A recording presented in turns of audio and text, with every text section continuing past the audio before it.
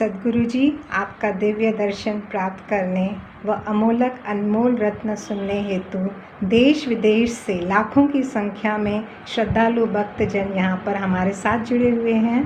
तो कृपया हम सभी पर आपकी कृपा दृष्टि बरसाएं। बहुत बहुत धन्यवाद।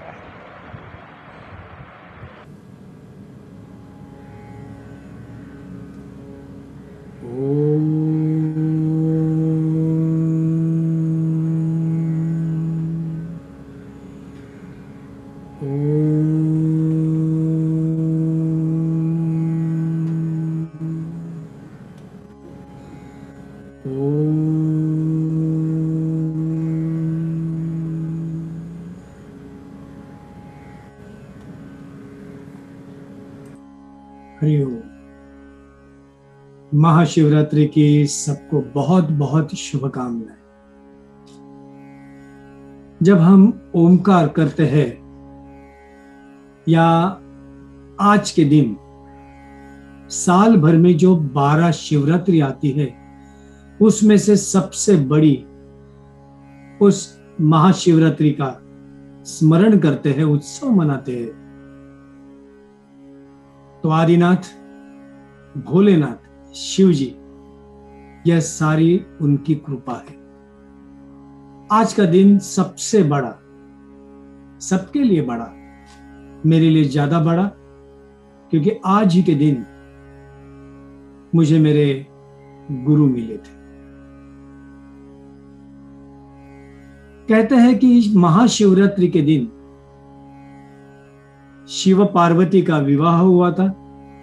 ऐसे भी कहते हैं कि आज ही के दिन महाशिवरात्रि को जो सबसे बड़ा मंथन किया था और उस मंथन में जो हलाहल हाथ में आया, वो हलाहल जो संपूर्ण ब्रह्मांड को नष्ट कर सकता था, उसे शिवजी ने प्राशन किया। उनका गला जो है वो पूरा नीला हो गया, नीलकंठ बन गए।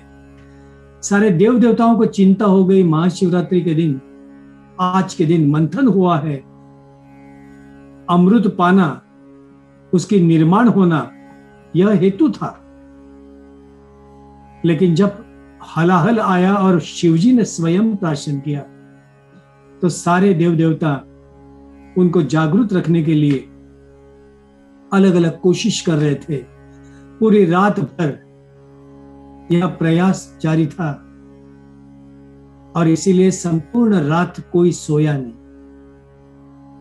महाशिवरात्रि का यह जो उत्सव होता है, ये 24 घंटे का होता है। इसकी वजह यह है, महाशिवरात्रि के दिन, आज ही के दिन, ऐसे कहते हैं कि शिवजी ने इस ब्रह्मांड की उत्पत्ति की और जब कालेश्वर के रूप में वो प्रकट हुए, इस संपूर्ण ब्रह्मांड की उन्होंने रचना की। उसके बाद में माता पार्वती, उन्होंने इसका संतुलन रखना जरूरी समझा, तो माता पार्वती ने इसी दिन विवाह किया शिवजी के साथ। और इसीलिए लोग कहते हैं कि हजारों साल पहले जब शिवजी ने तांडव किया, इस ब्रह्मांड का निर्माण किया, और उसी समय जब माता पार्वती, इन्होंने शिवजी को मोहित करने की सारी प्रक्रिया की, लेकिन अंत में गौरी कुंड के पास उन्होंने तपस्या की और शिवजी प्रसन्न हुए और इन दोनों का मिलन हुआ। तो आदि शक्ति और शिवजी दोनों मिलके इस ब्रह्मांड के संपूर्ण रचयिता और आप हम सबके यह महान गुरु है, आदिनाथ है, आदि गुरु है। और इसलिए हर हर महादेव, ओम नमः शिवाय। महाशिवरात्रि की कहानियां काफी है, लेकिन वैज्ञानिक दृष्टिकोण से अगर मैं इसको देखूं तो मुझे ऐसे लगता है कि ये सारा जो एक फाल्गुन कृष्ण चतुर्दशी का पर्व, महाशिवरात्रि का पर्व जो है, इस दिन हमारी सृष्टि की जो ऊर्जा है यह सर्वोत्तम मानी गई है। वैज्ञानिक दृष्टि से हमारी जो पृथ्वी है यह सीधी नहीं है, ये एक थोड़ा सा टिल्ट प्रोसेस में है, और उसका जो उत्तरी भाग जो है, यहां सारा एक ऊर्जा का स्रोत जो है ये जोरदार ऊपर से हमारी तरफ आता है। काफी लोग हमेशा ये सोचते हैं कि ये एनर्जी, ऊर्जा हम नहीं मानते। हर एक को पूरा अधिकार है कुछ माने या न माने। मैं अपना अनुभव यहां जरूर कहना चाहूंगा। जब हम पूर्णिमा देखते हैं या अमावस का दिन आता है, नो मुंडे या फुल मुंडे, आप हमेशा देखना कि शरीर के अंदर की रचना जो है इसमें परिवर्तन होता है। उसी दिन जो भी हाई टाइड है, समुद्र की लहरें जो है ये बहुत उछलती है, तो ये अगर प्रक्रिया, इस मैग्नेटिक फोर्स कहो या जो भी नाम देना है, मैं इसको ऊर्जा का नाम देता हूं कि ऊर्जा का स्रोत है और यहां हमारे ऊपर होती है। तो वही इंसान जो है, यह इंसान, इसके शरीर में भी तो पानी है और वो भी लगभग 75 से ज्यादा % है। तो जो भी स्रोत होता है एनर्जी का, उसको प्रभावित करता है। जो बड़े बड़े दिन, हालांकि हमारे हिंदुस्तान में बहुत सारे उत्सव है, बहुत सारे उत्सव है, लेकिन कुछ उत्सव ऐसे हैं जिनके अगर मैं एक वैज्ञानिक दृष्टिकोण से परीक्षण करूं या विश्लेषण करूं उसके बारे में, तो महाशिवरात्रि मैं मानता हूं यहां ऊर्जा जो है ये सर्वोत्तम है, सबसे ज्यादा होती है। और ऐसे ऊर्जा के दिन अगर हम सब मिलके इस एक पर्व को मनाने की, 24 घंटे इसका लाभ लेने की कोशिश करेंगे, तो हमें जागरूक रहना बहुत जरूरी है। जितना हम जागरूक रहेंगे उतना ऊर्जा का प्रभाव हमारे ऊपर आ जाता है। सीधी सी बात है, अगर कोई बीमार आदमी है, आप देखना अस्थमा है, उसका अस्थमा बढ़ता है, मतलब जो चीज है वो ज्यादा प्रभावित होती है। अगर कोई एक गुणी आत्मा है, गुणी जन है, देखो उसके गुण ज्यादा उभरते हैं। उसी तरह अगर पवित्र भावना से हमारे अंदर जितना पवित्र है, भाव है, ऐसे भाव भी यहाँ सबसे ज्यादा प्रकट होते हैं, हमें उसका सबसे ज्यादा लाभ होता है। तो जो जागृत हमें रखने के लिए प्रयास करना चाहिए, उसमें नामस्मरण है। यहां पर 4 प्रहर की अलग अलग पूजा है। इसके अलावा हम अपने ढंग से यथोपचार, कहीं पर भी ऐसा नहीं कि पूजा करना है मतलब बहुत बड़ा स्तोत्र करना चाहिए, कहीं पर भी नहीं। हमारी भावना होनी चाहिए कि जिस शिव जी ने इस ब्रह्मांड की रचना की, सारा जहर अपने पास रखा और अमृत जो है फैला हुआ है इस अध्यात्म में हर जगह पे, और उन्होंने यह एक हमारे लिए मौका दिया है, आप जितना प्रयास करोगे यह अमृत आपको मिल जाएगा। तो वो लेने के लिए हम सबसे ज्यादा पहले रिसेप्टिव होने चाहिए। हम ऐसे बंद नहीं होने चाहिए या इसी वक्त पैर फैला के कोई सोया हुआ है। ये रात शिवरात्रि महान रात्र है, महारात्रि है।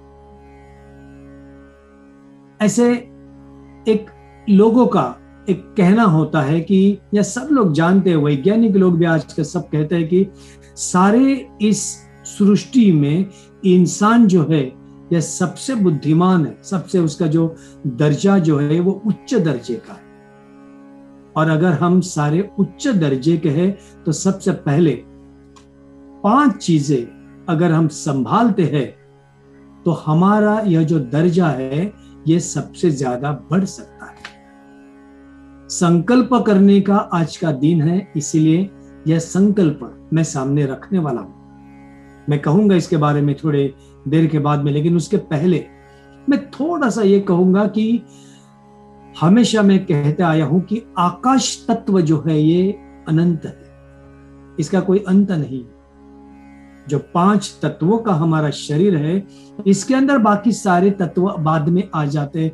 पृथ्वी तत्व है, जल तत्व है, अग्नि तत्व है, वायु है, लेकिन इन सारी चीजों को एक ऐसी कोई चीज है वो संभाल रही है। इस आकाश तत्व में भी एक चीज सबको नियंत्रित रखती है, और यह जो नियंत्रण सारा जो है यह शिव जी के हाथ में।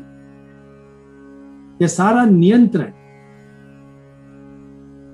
कौन सा ग्रह कहां जाएगा, कितना नजदीक जाएगा, उसके ऊपर क्या प्रभाव होगा, यह सारा रचनाकार जो है इसका, सृष्टि का, ब्रह्मांड का, यह हमारे आदिनाथ शिव जी है। और इनके दिन, इनको याद तो 365 दिन करने चाहिए, लेकिन आज जब हम विस्तृति से इनके बारे में जब सोचेंगे तो मैं सबको कहना चाहूंगा, और आज इसलिए कहना चाहूंगा क्योंकि पिछले साल किसी ने भी सोचा नहीं था कि कोविड आ जाए, कोविड की बीमारी आ जाएगी, लाखों करोड़ों लोग इसके शिकार बन जाएंगे।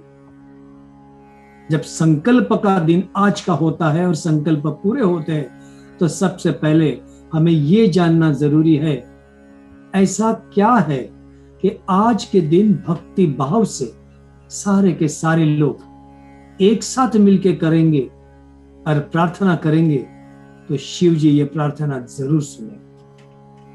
शिव जी के पास ऐसा सामर्थ्य है जिसके बारे में अगर थोड़ा विस्तृति से मैं कहूं, एक स्थिरता जिसको कहते हैं, मन की स्थिर स्थिति। शिव जी जब हम उनके बारे में ये सोचते हैं, ये तांडव करते हैं, गुस्सा आता है तो उनके त्रिनेत्र है कौन से? एक है सूर्य, एक है चंद्र, एक है अग्नि, ये 3 उनके नेत्र है। और इनका जो तेज है, सारा तेज जो है, ये इसके ही वंशज तो सारे हम लोग हैं।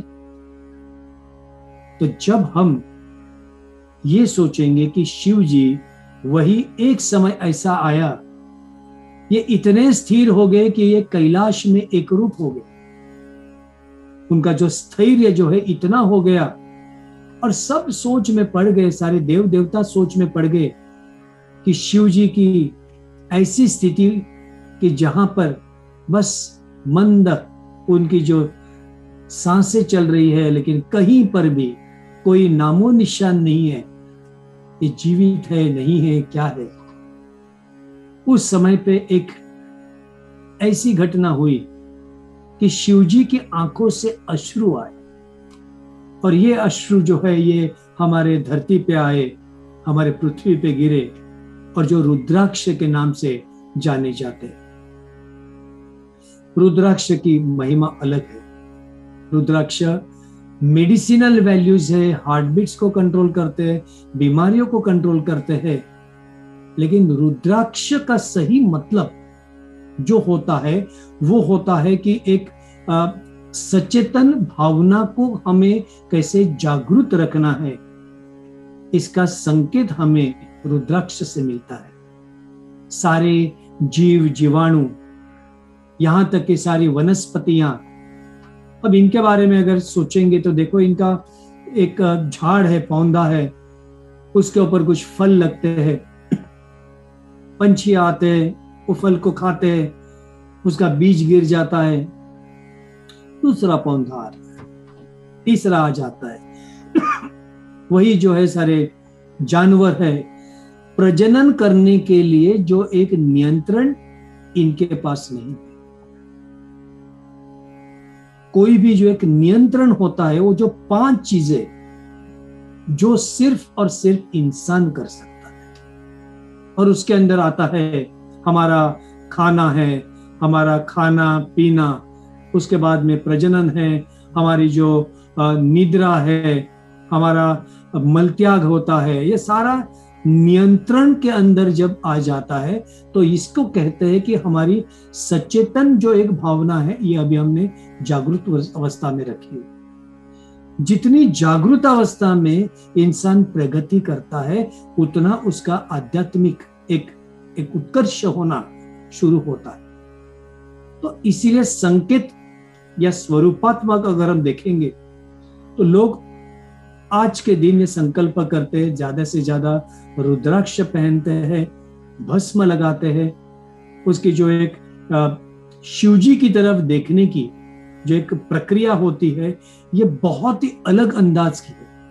हमने अलग अलग देव देवता देखे, उनका जो सारा अभ्यास या उनके बारे में स्तुति उनकी जो होती है, उनके सारे जो स्तोत्र होते हैं वो अलग एक जगह पर है।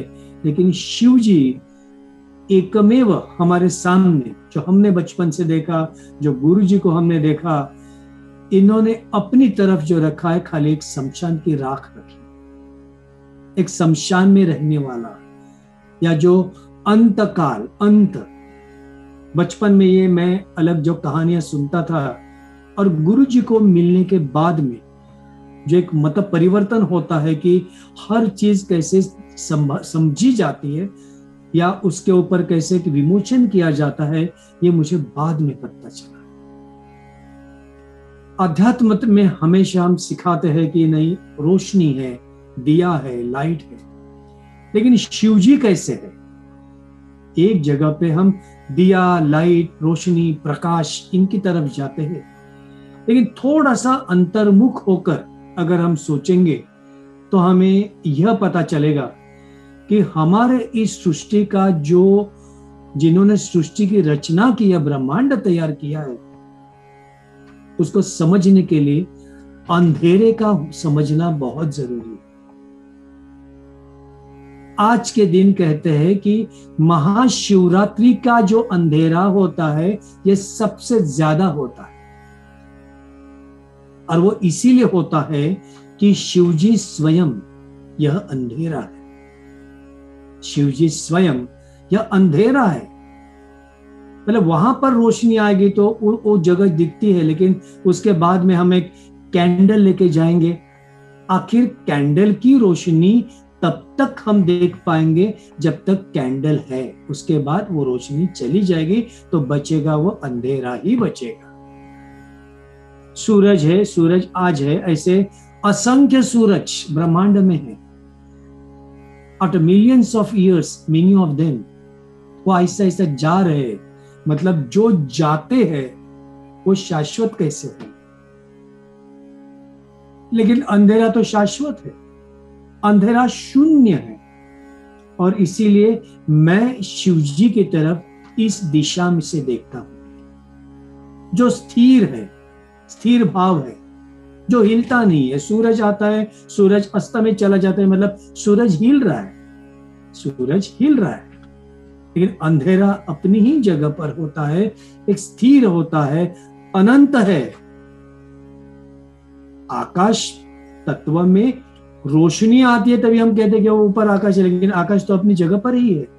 और ऐसे अनंत स्थायी यह शिवजी का स्वरूप है।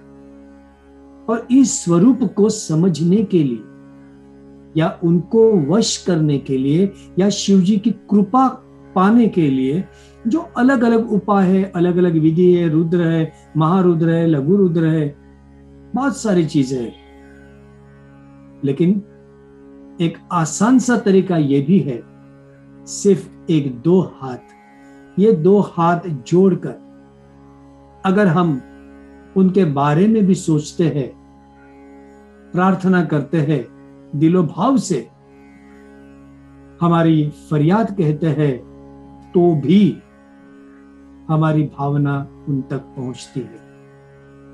हालांकि मिलियंस ऑफ पीपल शिव जी को पाने के लिए, इनके कृपा दृष्टि के लिए तरसते हैं, लेकिन शिव जी के लिए सब समान है। जब हम कैलाश और मानस की तरफ जा रहे थे तो सबसे पहले राक्षस दल आए।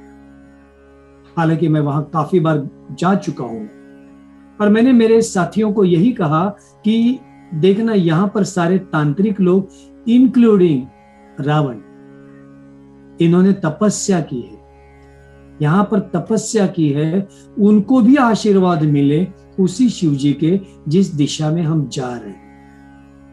जाते वक्त हमें यमद्वार आया, यमद्वार में भी हमने कहा यम मतलब मौत। एक क्षण के लिए मौत शब्द निकाल देते हैं अपने मन से, मौत है ही नहीं, तो ऐसे लगेगा कि एक मुक्ति की तरफ हम जा रहे हैं। लेकिन हमारा जो एक मानसिक स्वरूप ऐसा हो गया है कि हम इन भावनाओं में इतने जकड़ गए हैं कि हमें चाहिए, ये चाहिए, वो राग लोभ, सारी लोभमक एक ऐसी सारी बातें आती है, हम इसमें जकड़ जाते हैं। इसलिए मैंने कहा ये 5 चीजें, इन 5 चीजों के ऊपर खाना पीना, मल विसर्जन, निद्रा, प्रजनन, इसके ऊपर संपूर्ण नियंत्रित करने वाला वो इंसान सही मायने में जागृत कहलाता है। और ये जागृतावस्था जितनी हम आगे आगे आगे लेके जाते हैं तो आहिस्ता आहिस्ता हम उस अंधेरे की तरफ चले जाते हैं, एक शांति की तरफ चले जाते हैं। वहां न कोई भय है, न कोई मौत का भय है, न कोई शमशान का भय है। हालांकि मैं स्वयं कहता हूं शमशान से ज्यादा पवित्र जगह मैंने कहीं नहीं देखी। मैं शमशान में सोया हुआ हूं। मैंने मेरा पहला घर तैयार किया, शमशान को लग के लिया था बाजू में। और मैं ये महसूस करता हूं मैं कि ऐसी जो शांत जगह है, यहां डर कैसे आ जाए। मैंने कई मर्तबा इसका जिक्र भी किया है कि नर्मदा भ्रमण के दौरान इतनी ठंड थी, पूरी रात हमें चलना था। और एक जगह पे जो मैंने अग्नि देखा, मैं पत्थर के बाजू में जाके पूरी रात सो गया। सुबह देखे तो वो चिता जल रही थी, लोग आए और वहां से जो राख लेके जा रहे थे, मैंने विनम्र भाव से वहां पर नमस्कार किया उस अग्नि को, उस व्यक्ति को। एक रात के लिए, कुछ घंटों के लिए मुझे आपने यह एक जो ठंडक से बचाया है, शुक्रिया। शिव जी का जो स्वरूप है, शिव जी के स्वरूप में जो नाग है, मुझे ऐसे क्यों हमेशा लगता है कि इस ब्रह्मांड की मैग्नेटिक फोर्स को एक नियंत्रित करने की जो एक रेशा, वो मुझे उस सर पर दिखती है। इस सारी चीजों को जिसका घूमना है, ये सारी दिशा जो है, ये एक ऊर्जा जो भी मुझे उस सर्प में दिखती है। अभी तक हमने अलग अलग अंदाज से उसको देखा है कि उसके गले में जो जहर है या जहर को ठंडक करने के लिए रखा है, वो सब मैं मानता हूं। चंद चांद की शीतलता को उच्च दर्जा दिया उन्होंने अपने सिर पे बिठाया। सूरज को नहीं रखा है, चांद को रखा है। कई मर्तबा मेरे क्रिया योग में मैं सिखाता हूं कि हम बिना सोचे समझे हमारे सारे जो योगिक विधियां करते हैं, और वो विधियां ऐसे लेवल पे हम करते हैं कि हम हमारे अंदर कुछ जरूरत से ज्यादा एनर्जी पाते, ज्यादा लेते हैं, लेकिन उसके बाद में उसको शांत करने का तरीका हम ढूंढते नहीं है। और ये चंद्रमा करती है। चंद्रमा से जुड़ी हुई हमारी जो बौद्धिक रचना है, हमारे दिमाग की जो रचना है, इसे हमें ज्यादा से ज्यादा डेवलप करना चाहिए। आध्यात्मिक उन्नति तभी आती है जब इंसान अपने सारे प्रोसेस में अपने आप को शांत करता है। सबसे पहले हमारे 5 इंद्रिय, अभी मैंने कहा था कि शिव जी की जो 3 आंखें जो मानी गई है, त्रिनेत्र, वहां है सूरज, वहां पर है चांद, वहां पर है अग्नि। उसी तरह हमारी जो आंखें है, इसकी एक लिमिटेशन से बाह्य स्वरूप में हम जितना देखेंगे उतना ही है। और इसीलिए आंतरिक चक्षु को हमें ज्यादा से ज्यादा जगाना चाहिए। वही बात सारे इतर इंद्रियों के बारे में। कितना सुना, क्या सच सुना? हमने सूंघा, क्या वही है सत्य है? स्पर्श करने के लिए तो नजदीक जाना पड़ता है, खाना खाने के लिए मुंह तक लाना पड़ता है। तो आंतरिक 5 ऐसे हमारे इंद्रिय है, जो इंद्रिय हमारे शारीरिक रचना से अलग है। काम, क्रोध, लोभ, मोह, मद, मत्सर, ये सारे हमारे भौतिक सारी जो बातें जो है ये हमारे फिजिकल बॉडी से जुड़ी हुई है। और इससे आगे हमें अगर जाना है, उस अनंत की दिशा में जाना है, इन्फिनिट लेवल पे जाना है, तो हमारा जो प्रवास जो है ये आंतरिक ऐसे सूक्ष्म जगत से एक आंतरिक छिद्र से शुरू होता है, जिसको मैं कहता हूं कि एक अत्यंत सूक्ष्म से सूक्ष्म कण, जिसके अंदर हमें शिव जी दिखते हैं। और आज तो वैज्ञानिकों ने सिद्ध किया है, सिद्धांत है कि जितना सूक्ष्म से सूक्ष्म कण होता है, इसकी ऊर्जा सबसे ज्यादा होती है। 2 सूक्ष्म कण साथ में आते हैं, 2 atoms come together, what happens? We have seen, we are aware about the power of atom bomb. Similar to that, in the body there are few process. उस दिशा से अगर हम अपना आध्यात्मिक प्रवास करते हैं, तो वो जो स्तर आगे आगे आगे जाता है, ये शिव स्वरूप है।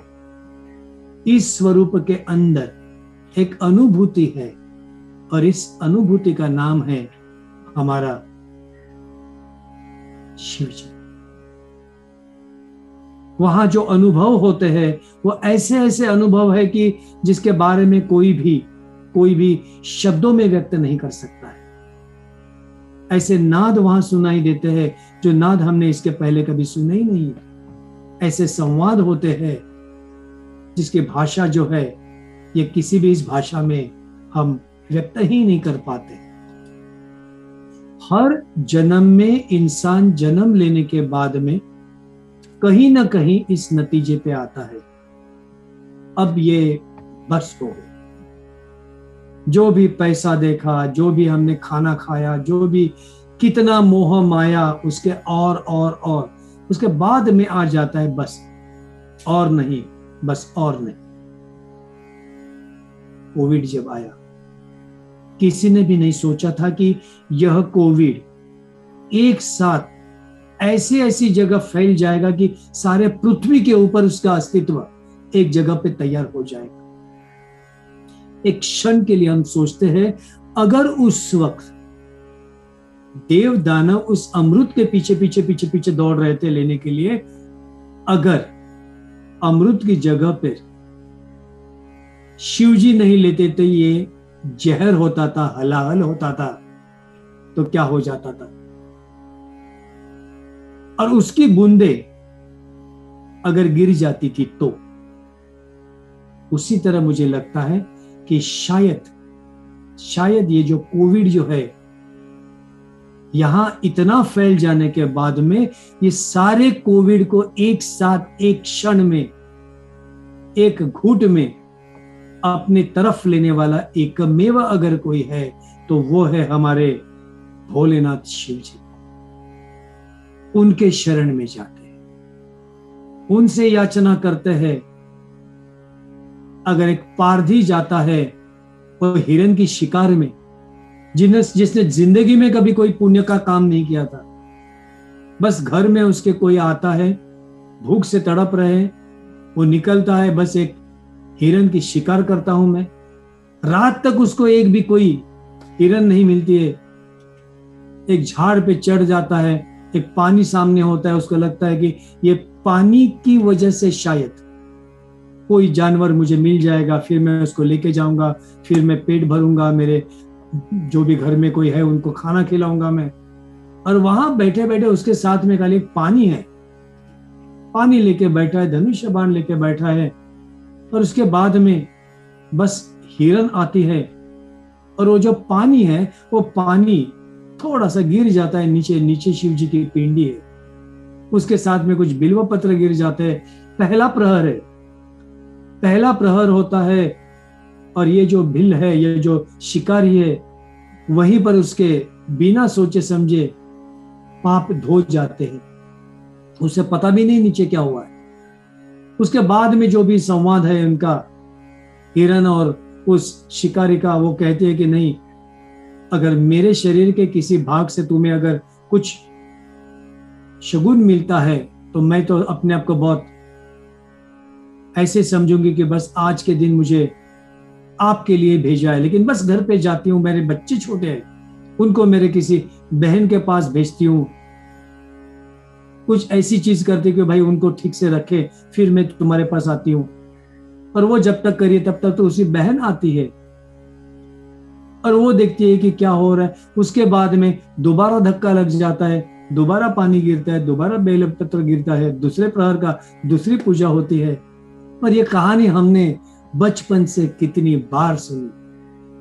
तो जब शिव जी उस शिकारी को बिना सोचे समझे भी उसके ऊपर कृपा कर सकते हैं, तो आप हम सब पूरे सृष्टि में जितने भी आज इस महाशिवरात्रि के दिन, पवित्र दिन, एक साथ अलग अलग जगह पर बैठे रात जगाने के लिए भक्ति भाव से अगर हम प्रार्थना करेंगे तो शिव जी क्यों नहीं माने। आज तक इतने महाशिवरात्रि आई, हर बार किसी न किसी ने हाथ में बिल्व पत्र लिया और प्रार्थना की, और जो जो प्रार्थना की लगभग 90 से ज्यादा प्रतिशत लोगों की भावना पूरी हुई। ख्याल रहे,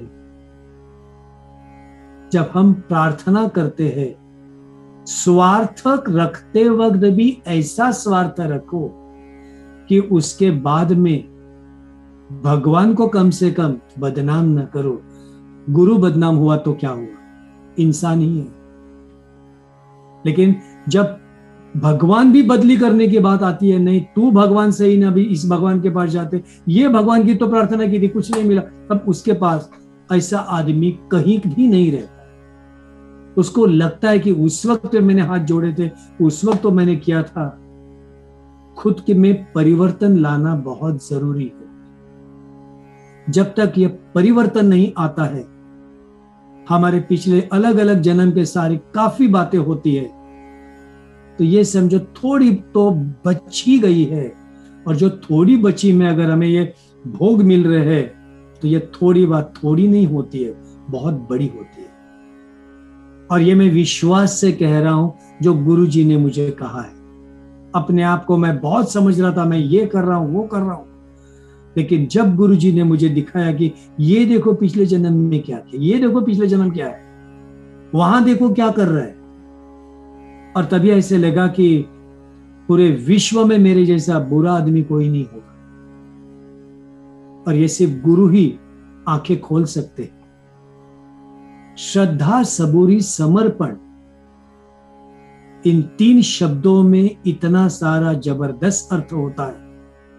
वो जब तक नहीं मिलता है तब तक ये जो 5 भाव मैंने बोले, खाना पीना मतलब विसर्जन, निद्रा और प्रजनन, ये सारे चीजें पूरी नहीं होती है।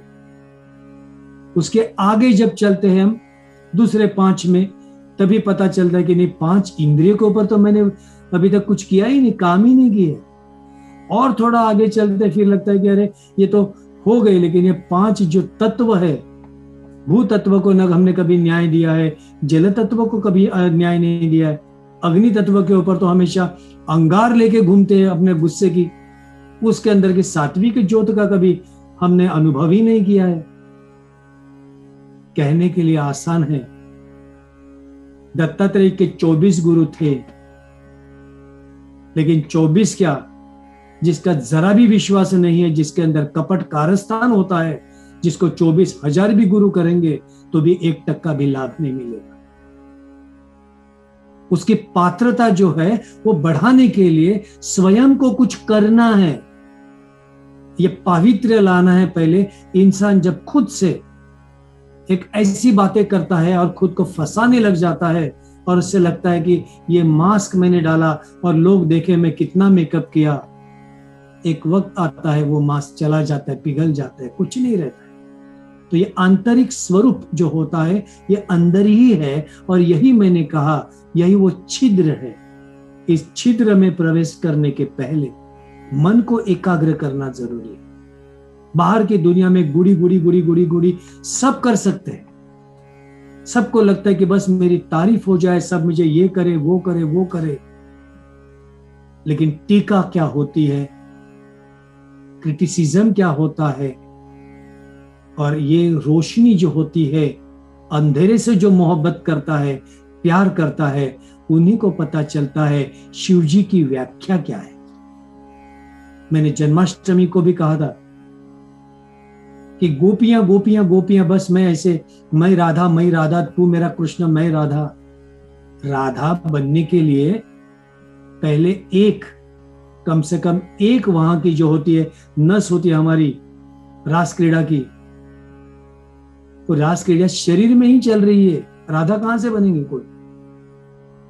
वही शिव और पार्वती, पार्वती बनने के लिए ख्याल रहे शिव जी की जब तक हम प्रार्थना करते, सबसे पहली प्रार्थना होती है वो पार्वती की जाती है।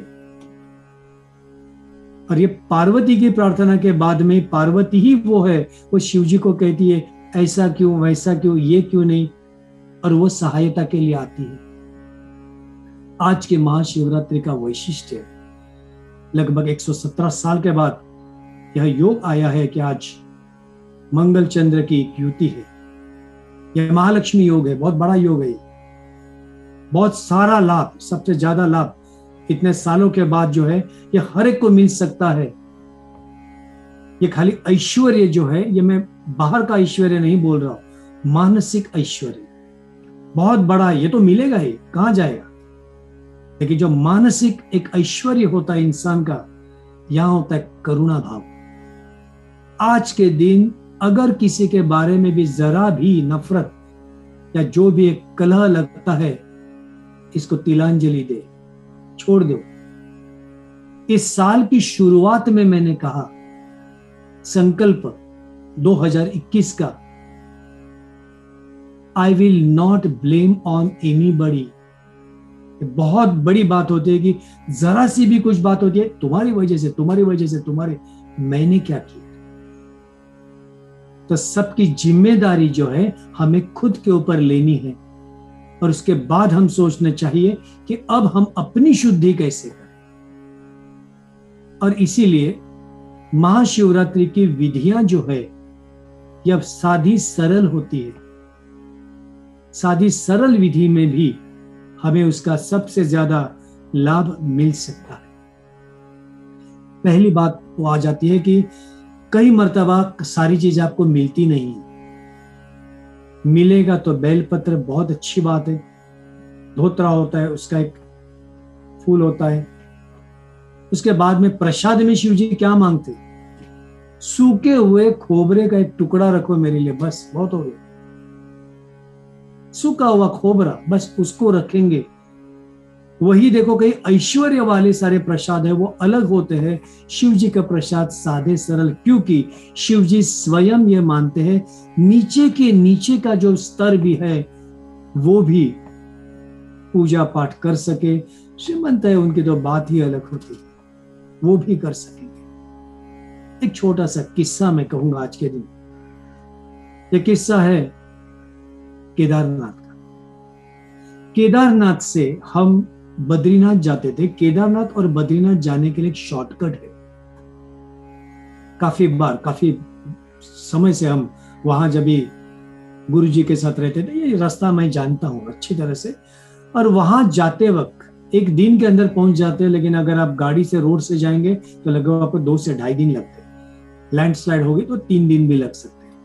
तो ये जो रास्ता है, इस रास्ते से हम जा रहे थे, और इस जगह पे एक ऐसी बात हो गई, धुआंधार बारिश चल रही है। धुआंधार बारिश तभी चल रही थी और ऐसे लगेगा तो लग रहा था कि कुछ कहीं से पानी से सब लोग फंस जाएंगे वहां पे। हम 5-6 लोग थे सिर्फ, और हमें पहुंचना था बद्रीनाथ, जितना जल्दी हो सके पहुंचना था। फिर भी अंधेरा हो, वहां अंधेरा जल्दी होता है, ऐसी जगह पे अंधेरा बहुत जल्दी होता है।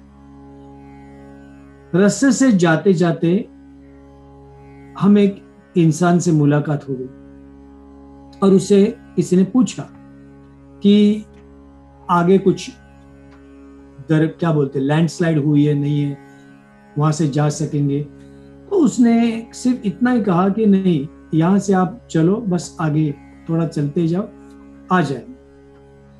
हालांकि उस रास्ते से हम कई मर्तबा जा चुके, ऐसा नहीं कि नया रास्ता है। पता है कि केदारनाथ जाना है, वहीं से निकल जाना है। लेकिन इस बार ऐसी कुछ घटना हो गई कि बारिश की वजह से हमें एक जगह पे रुकना पड़ा।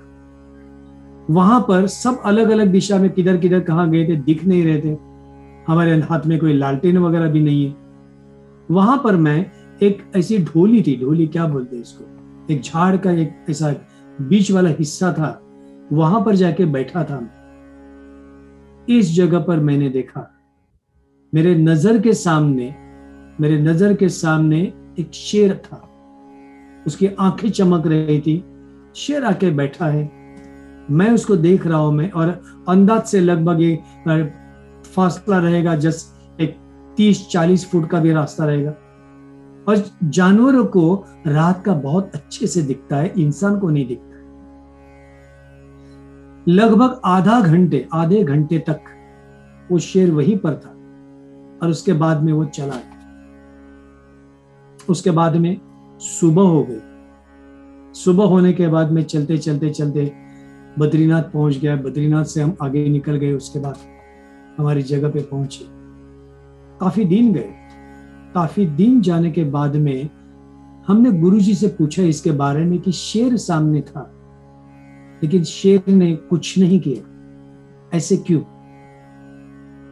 और गुरुजी मुस्कुराए और गुरुजी ने इतना ही कहा, रास्ता वही था, शेर वहीं पर था।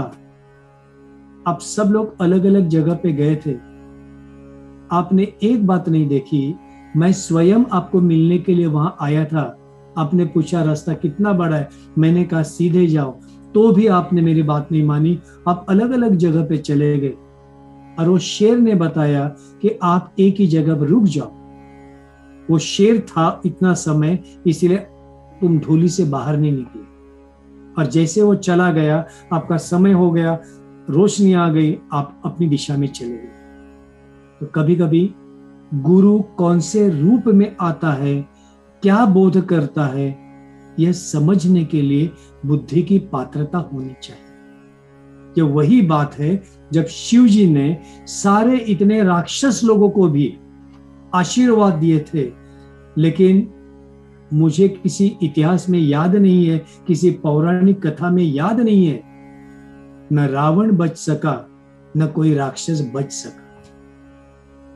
आज मैं इसका दाखला इसीलिए दे रहा हूं, शिवजी की जब हम प्रार्थना करते हैं, शिवजी का हाथ तो आता ही है, लेकिन शिवजी ये भी समझते हैं या समझाना चाहते हैं, आशीर्वाद मिलने के बाद अपना कर्मयोग जो है, अपनी क्रिया जो है, ये हमें खुद को करनी चाहिए। सही दिशा में, वो रास्ते में हमें जाना चाहिए। और जहां जहां रास्ता आगे आगे बढ़ता है, कौन से समय पे क्षण भर के लिए, जैसे शेर आया, रुकना भी चाहिए।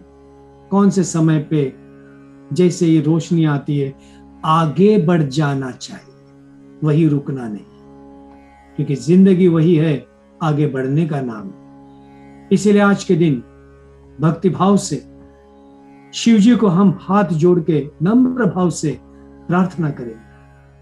और हम ये भी कहेंगे, अगर हमसे असंख्य गलतियां हो गई है तो हम पहले माफी मांगते हैं। जाने अनजाने में अगर हमने किसी को चोट पहुंचाई है, हम क्षमा याचना मांगते हैं। और हम सब मिलके उसको कहेंगे, यह पृथ्वी जो है हिल रही, इतने सारे लोग, लाखों लोग एक कोविड की शिकार हो गए हैं। इस पृथ्वी के ऊपर किसका आना किसका जाना, कोविड का भी आना, यह तय करता है आदिनाथ शिव जी। और अगर यही सत्य है तो कुछ तो होगा जो इतने सालों में नहीं हुआ, 2019 में ही, उसके बाद लगभग 1 साल से ज्यादा हो गया है। और अभी हम प्रार्थना पूर्वक उसको कहते हैं, हमने सबक सीख लिया, हमें हमारी गलती का एहसास है, अब बस हमें इन सारी चीजों से मुक्ति चाहिए। ओम नमः शिवाय।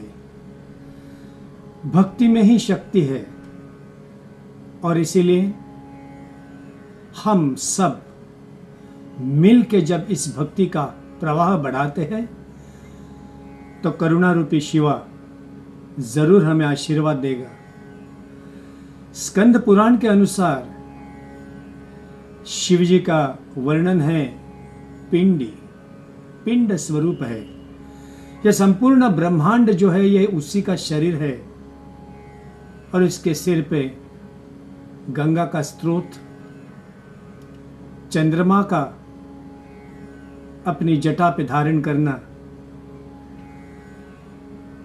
ऐसे आदिनाथ शिव जी को वंदन करके आज हम नामस्मरण की शुरुआत करते हैं। ख्याल रहे आपका जो भी संकल्प है वो दिलो भाव से होना चाहिए। बिल्व पत्र अगर ऐसे आपके पास है तो आप बिल्व पत्र अपने हाथ में रखिए। अगर नहीं भी है तो ये महसूस करें कि बिल्व पत्र हमारे हाथ में है।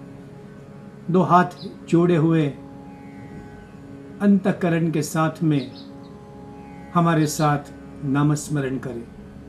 सबसे पहले अपना संकल्प। ख्याल रहे संकल्प ऐसे होता है जब हम संकल्प के साथ इस बिल्व पत्र को शिव जी की पिंडी के ऊपर डालते हैं।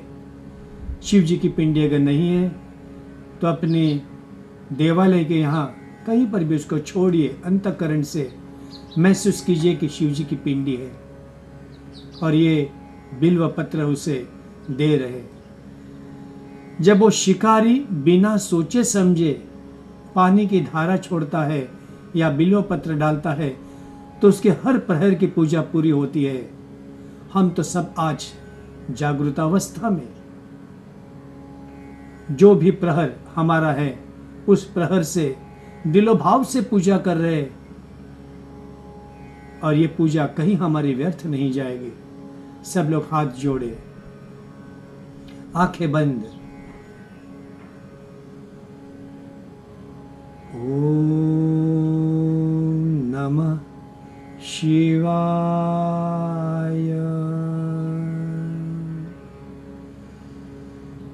ओम नमः शिवाय।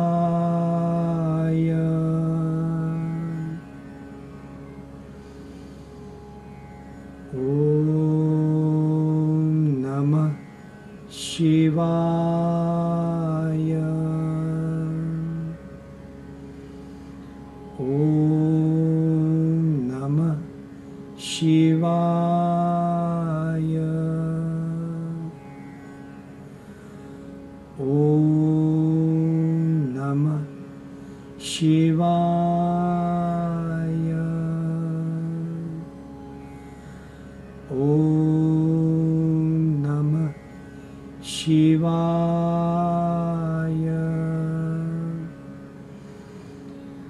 ओम नमः शिवाय। सब साथ में ओम नमः शिवाय। ओम नमः शिवाय। ओम नमः शिवाय।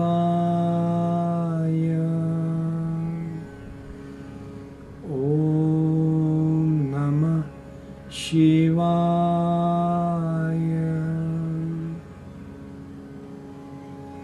ओम नमः शिवाय। ओम नमः शिवाय।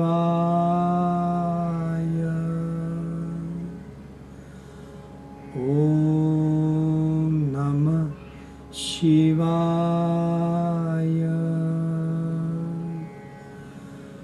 ओम नमः शिवाय।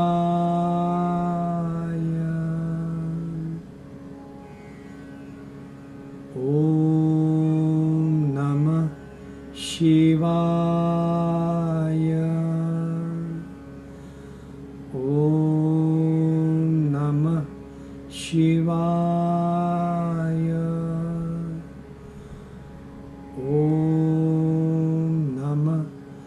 शिवाय।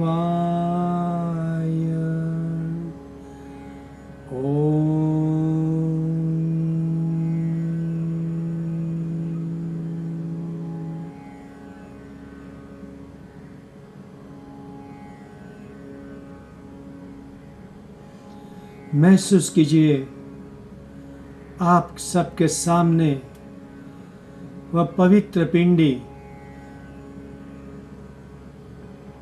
हाथ में बिल्व पत्र, दिलो भाव से आप सामने बैठे हैं। अपने हाथ में जल है, वह जल शिव जी के पिंडी के ऊपर आप डाल रहे हैं।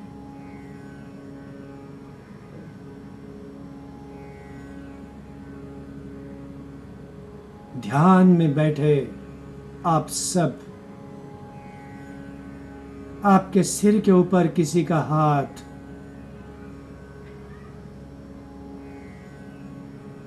एक आशीर्वाद,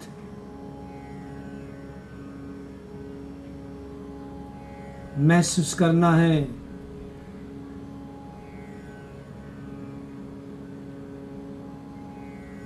एक पवित्र शुभ्र धवल ज्योत अपने सिर के अंदर जा रही है। संपूर्ण शरीर तेजोमय, शुभ्र प्रकाश शरीर में फैलता हुआ आपके शरीर के बाजू में मंगल वातावरण,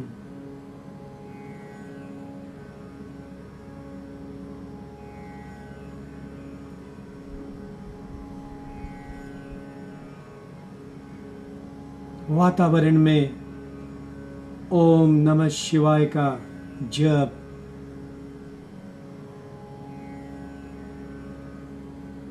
सिर के ऊपर महसूस कीजिए अखंड पवित्र गंगा मां का जल, उसका स्रोत बहता हुआ।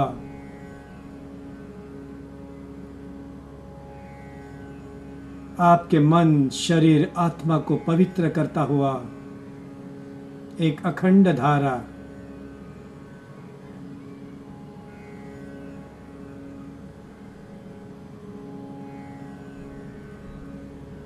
शांत शांत शांत,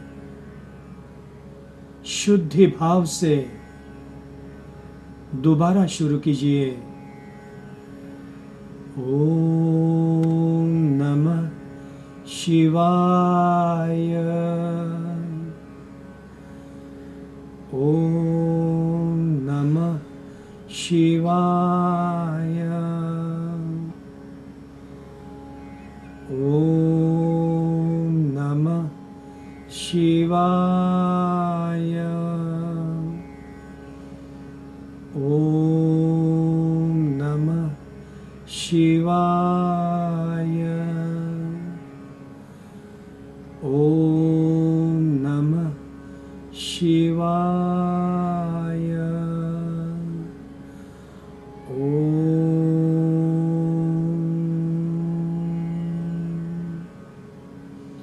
सामने शिव जी की ध्यानमग्न मूर्ति, जटाधारी, गले में सर्प, एक हाथ में त्रिशूल, दूसरे हाथ में डमरू,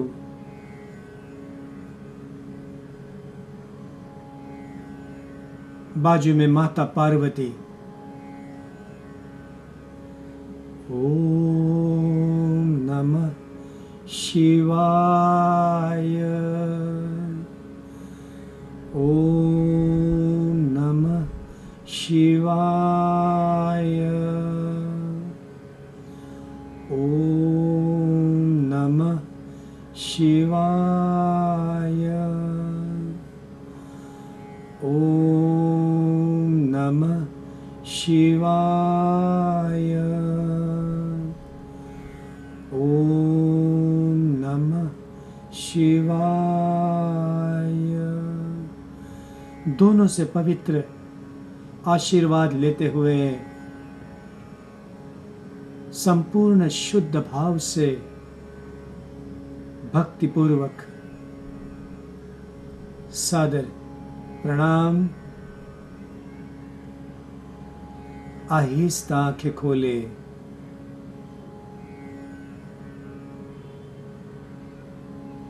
अपने हाथ पे जो बिल्व पत्र है उसको भक्ति भाव से ऐसे सामने रखे जैसे कि आप शिव जी के पिंडी के ऊपर रख रहे हैं। ख्याल रहे दिल से की हुई कोई भी प्रार्थना व्यर्थ नहीं जाती, परंतु हम वो लोग हैं जो ईश्वर भगवान इनमें भी भेदभाव करते हैं। शैव वैष्णव, जब हम कुछ मांगते हैं, संकल्प करते हैं, कहीं ना कहीं आधी अधूरी बात होती है। जब संकल्प पूरा नहीं होता है, किसी दूसरी देवता की तरफ चले जाते हैं, फिर किसी और को ढूंढते हैं। गुरु तो 50 बार बदली करते हैं। और ये जो निष्ठा होती है, इसी को हम कहते हैं श्रद्धा, सबूरी, समर्पण। जब शिवजी ने कभी देव दानव में, मानव में कहीं भेदभाव नहीं किया, उसके हाथ का डमरू जब वो बजाते हैं तो दोनों तरफ वही धुन बजती है। उनके अंतःकरण में सिर्फ स्नेह की भावना होती है। और वो विश्व के रचयिता, संपूर्ण ब्रह्मांड के मालिक जब हमें देख रहे हैं आज के इस महाशिवरात्रि के पावन दिन, हमें अपनी जागरूकता बढ़ानी है। 24 घंटे का यह व्रत महाशिवरात्रि का, आप सबको महाशिवरात्रि की बहुत बहुत शुभकामनाएं, शुभाशीर्वाद। आपका दिन, आपका जीवन मंगलमय हो। यह महाशिवरात्रि आपके जीवन में नया चैतन्य, एक अच्छा सुंदर आयुष्य, निरोगी आयुष्य, धन दौलत संपत्ति, यह सब कुछ दे। शिव जी ने सब कुछ दिया, लेकिन स्वयं देखो कैसे एक शमशान में जाकर बैठ गए। वो हमें बताते हैं रुचि नहीं है, उन्होंने दिया है। हर चीज शिव जी से सीखने जैसी, समझने जैसी। ये कहना चाहते हैं आज जो है, उसके बाद सबको उस शांत जगह जाना है, उस अंधकार में ही जाना है जहां अनंत है। और इसीलिए मन के अंदर का भय हमें निकाल देना चाहिए। इस महाशिवरात्रि को हमारे सारे पृथ्वी पे सारे जन आनंदी हो, सबके घर में एक आशावाद जरूर आ जाए। कोविड तो आज आया है, कल चला भी जाएगा। हमारे मन के अंदर के कोविड को हमें हमेशा के लिए निकाल देना चाहिए। सब लोग जोश में कहे हर हर महादेव, हर हर महादेव, हर हर महादेव। इस पवित्र भावना के साथ आज हम ओमकार करते हैं।